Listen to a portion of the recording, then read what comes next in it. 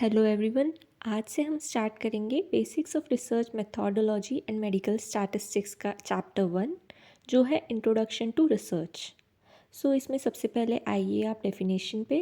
According to WHO, research is a quest for knowledge through diligent search और investigation और experimentation aimed at discovery and inter relationship of new knowledge which means it is a quest for knowledge. मतलब किसी नई knowledge को हमें find करना है, किसके थ्रू? डिलिजेंट सर्च के थ्रू, इन्वेस्टिगेशन के थ्रू, एक्सपेरिमेंटेशन के थ्रू, जिससे डिस्कवरी होगी एक नई नॉलेज की और हम पुरानी वाली नॉलेज और नई वाले नॉलेज की इंटर रिलेशनशिप कर सकते हैं।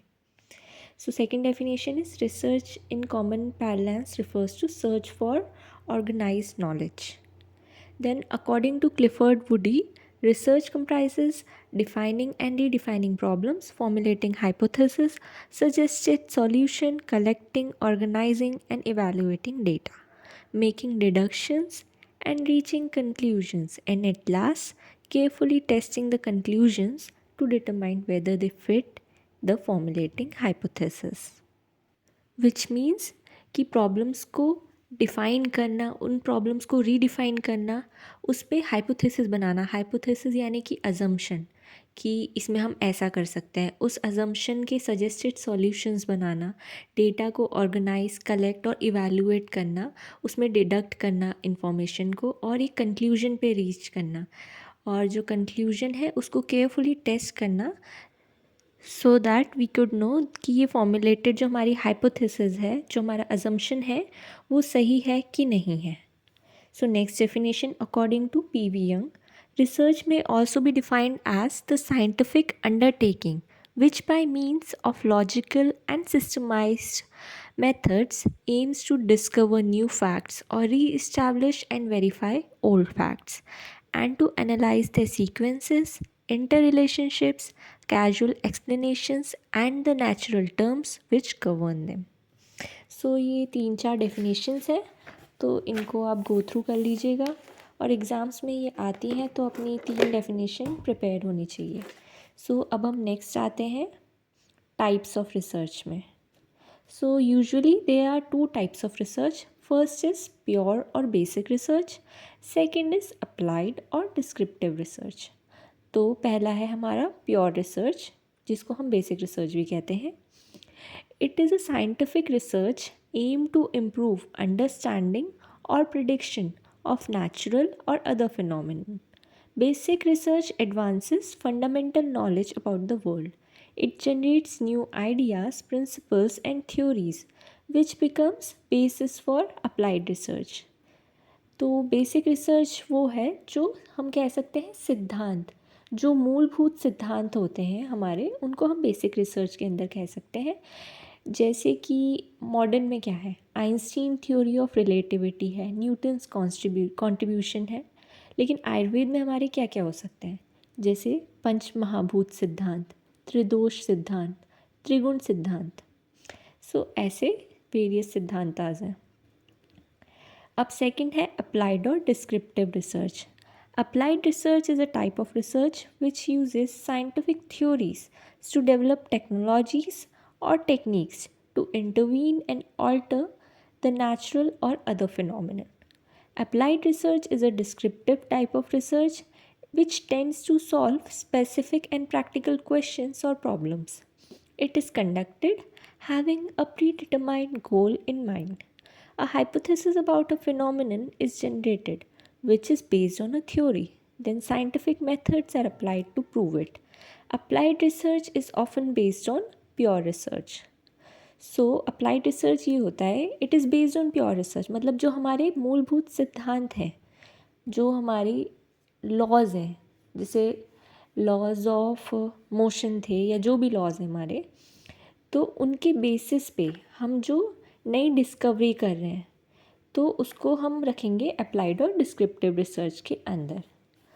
सो जैसे कि इसमें एग्जांपल्स हैं, how can obesity be prevented, what effect does fast food have on overall health. तो इसमें हमारा प्री डिटरमाइंड कुछ कॉन्सेप्ट था, कुछ सिद्धांत थे, जिसके बेसिस पे हम यहाँ आए हैं कि ये ओबेसिटी कैसे प्रिवेंट होगी, ये फास्ट फूड का हमारी हेल्थ पे क्या इफ़ेक्ट है। और इसमें जाते हैं कुछ आयुर्वेद पोर्शन में, role of prakriti in diagnosis, prognosis and personalize medicine. जो हमारी प्रकृति है, प्रकृति जो तो बेस है ना कि मूलभूत सिद्धांत का, तो हम उसी प्रकृति का डायग्नोसिस कर रहे हैं कि कौन कौन सी प्रकृति है, और उसके थ्रू हम कस्टमाइज मेडिसिन बना रहे हैं कि ये वाला प्रकृति है, वातज प्रकृति में कौन सी मेडिसिन सही रहेगी इसकी प्रकृति के अकॉर्डिंग। रोल ऑफ सिद्धांत सर्वदा सर्वभावानां वृद्धि कारणम in curing malnutritional disorders and lifestyle disorders. Understanding concept of arm and its role in autoimmune diseases. So now we go forward with characteristics and quality of good research.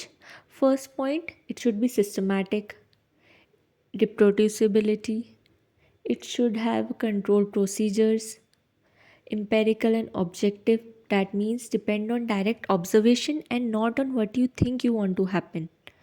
Fifth point is courage. Sixth point is logical. Seventh is patience. Eighth is analytical and critical. Ninth is accuracy. 10th is originality and 11th point is reporting. So ये आप पढ़ लीजिएगा. So अब हम next में आते हैं quality of a research student. According to Acharya Charak, हमने जैसे कि पढ़ा होगा चरक सूत्र 9 में कि एक रिसर्चर की क्या क्वालिटीज़ होनी चाहिए, वो इस श्लोक में है. विद्या वितर्को विज्ञानम स्मृति तत्परता क्रिया यस्य एते षड्गुणास्तस्य न साध्यम अतिवर्तते. सो ये 6 क्वालिटीज़ होनी चाहिए एक रिसर्चर में. That is Vidya, knowledge of scriptures, वितर्क विच मीन्स रीजनिंग, विज्ञान which means scientific knowledge, smriti which means memory. Fifth point is tatparta which means repeated observation and experimentation, and kriya that is practical application. So now we go to steps used in solving the research problems. तो सबसे पहले हम क्या करेंगे, problem को identify करेंगे, identifying the problem. Secondly हम क्या करेंगे, collect information about the problems. अभी इन्फॉर्मेशन हम कहाँ से कलेक्ट करेंगे, बुक से करेंगे, जर्नल से करेंगे, कंप्यूटर डाटा से करेंगे, गूगल स्कॉलर वेबसाइट्स होती है जैसे इन सब से कलेक्शन हम इन्फॉर्मेशन का करेंगे. फिर है फॉर्मिंग अ हाइपोथेसिस. हाइपोथेसिस क्या है, a hypothesis is a suggested solution to a problem. मतलब जो हमने प्रॉब्लम सोची उसका एक सजेस्टेड सॉल्यूशन है कि अगर हम ऐसा करेंगे तो शायद ये रिजल्ट आ जाए. Hypothesis is a proposed explanation based on limited evidence, used as a starting point for further investigation. It is the foundation of future study. अब आप हाइपोथेसिस की डेफिनेशन देख सकते हैं, मतलब यही कह रहा है कि एक प्रपोज एक्सप्लेनेशन है ऑन लिमिटेड एविडेंस, मतलब उसके कोई फैक्ट्स नहीं है, वो फैक्ट नहीं है, एक लिमिटेड एविडेंस है जहाँ से हम एक अपनी इन्वेस्टिगेशन का स्टार्ट करेंगे. It is the foundation for future study. फिर है testing the hypothesis. One way to test the hypothesis is to do an experiment. और फिर फिफ्थ है रिपोर्ट द रिजल्ट्स. तो पहले हमने क्या किया, प्रॉब्लम आइडेंटिफाई की, फिर इन्फॉर्मेशन हमने कलेक्ट करी, फिर उस इन्फॉर्मेशन के बेसिस पे हमने एक हाइपोथेसिस बनाया, फिर उस हाइपोथेसिस को हमने टेस्ट करा, फिर वो टेस्ट के जो हमने रिज़ल्ट देखे तो उसको हमने नोट किया. सो अब आते हैं हम डेफिनेशन ऑफ टर्म अनुसंधान. ये बहुत इम्पॉर्टेंट है तो इसकी डेफिनेशन आप लोग याद कर लीजिएगा. कार्य कारण भावस्य द्रव्याणां गुणकर्मयोः परीक्ष्य स्थापनम सम्यक् अनुसंधानम् उच्यते. अन्वेषणं पर्यवेक्षणं गवेषणं मथापि च शोधम इत्यादि पर्यायैः लोके सम अभिधीयते. ये हमारे आचार्य प्रियव्रत शर्मा के द्वारा है. So the study of cause and effect relationship between द्रव्य गुण कर्म after several observation and thorough verifiable examination and arrival at the final conclusion is called अनुसंधान. अनु मीन्स टू फॉलो एंड संधान मीन्स एप्रोप्रिएट नॉलेज. सो अनुसंधान क्या हुआ, to follow the appropriate knowledge. अनु को हम पश्चात भी कहते हैं और संधान मतलब जोड़ना. कार्य कारण भावों की श्रृंखला को जोड़ना अनुसंधान है। अनुसंधान can be defined as establishment of cause and effect relationship after observation or clinical trials। So आप इस डेफिनेशन को याद कर लीजिएगा। अब इसके पर्याय क्या क्या होते हैं? अन्वेषण होता है, पर्यवेक्षण, गवेषण, शोध, खोज। ये बहुत इम्पोर्टेंट है एग्ज़ाम पॉइंट ऑफ व्यू से। अन्वेषण का अगर हम संधि विच्छेद करेंगे, दैट इज़ अन विच मीन्स निरंतर, कंटिन्यूस, एंड एशन विच मीन्स इच्छा, द डिज़ायर। सो अन्वेषण क्या हुआ? To find the hidden facts on the basis of observation and clinical trial. अब आते हैं हम पर्यवेक्षण में। परि का मतलब होता है फ्रॉम ऑल द डायमेंशंस, हर दिशा से, और एशन का मतलब होता है इच्छा, टू सर्च। सो पर्यवेक्षण can be defined as to search from all the dimensions which means the activity to search a solution for improve designs of functioning. Third पर्याय है गवेषण। गोभिः इंद्रियैः एषणम। सो इंद्रिय क्या होते हैं? हमारे सेंस ऑर्गन्स होते हैं, और एशन मतलब इच्छा या प्रोबिंग। तो गवेषण क्या हुआ? टू सर्च और to achieve with the help of sense organs. फिर है दूसरी डेफिनेशन इसकी, गवामी एशनम। गव का मतलब क्या होता है? काउ, और एशन का मतलब प्रोबिंग। सो किसी चीज़ को ढूंढना with the help of sense organs. गाय को ढूंढना किसी जंगल में, मतलब हम एक इन्फॉर्मेशन निकाल रहे हैं, तो इसे हम गवेषण कहते हैं। फोर्थ पर्याय है इसका शोध। शोध is the process of revalidating the old facts on the basis of modern parameters. Fifth है इसका खोज, which is defined as to find truth about any fact और फिनोमिनन।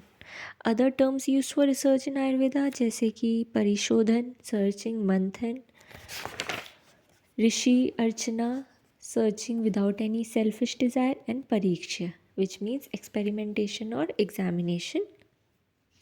अब आते हैं हम aims and objective of Ayurvedic research. So क्या aims हैं आयुर्वेदिक रिसर्च के? Research aims at finding out new facts और verifying old facts which is directed to the solution of the problem.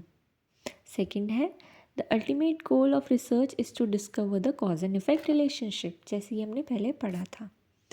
बाकी ऑब्जेक्टिव्स कुछ दे रखे हैं, आप ये श्लोक देख सकते हैं। धातु सामग्रिया च उक्ता तंत्रायस्य प्रयोजनम, maintenance of health and treatment of diseases is the main objective of Ayurveda. To investigate basic principles of Ayurveda and explain it in modern terminology.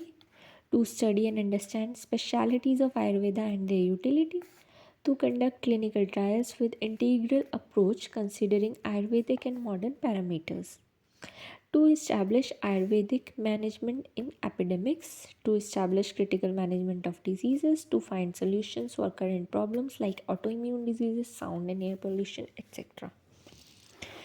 So यही है। अब आएंगे हम aims and objective of Ayurvedic drug research. Ayurvedic drug research क्यों करते हैं? To standardize Ayurvedic raw drugs, to standardize drug dose administration time, to standardize drug manufacturing processes, to standardize final products, to identify and standardize controversial or संदिग्ध drugs of Ayurveda, to formulate new drugs from Ayurvedic text and prove their efficacy.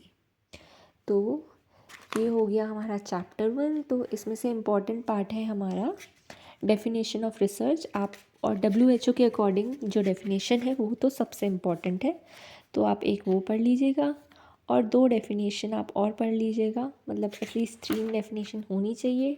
Types of research पढ़ लीजिएगा, pure research and applied research, characteristics of research पढ़ लीजिएगा।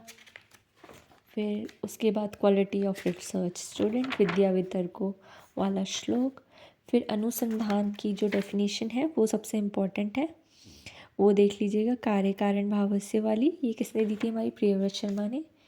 और उसके पर्याय research अनुसंधान के, और एम्स एंड ऑब्जेक्टिव अपनी रिसर्च के बेसिक पढ़ लीजिएगा। तो ये हुआ हमारा chapter 1 complete. So thank you everyone. अब मिलते हैं नेक्स्ट लेक्चर में।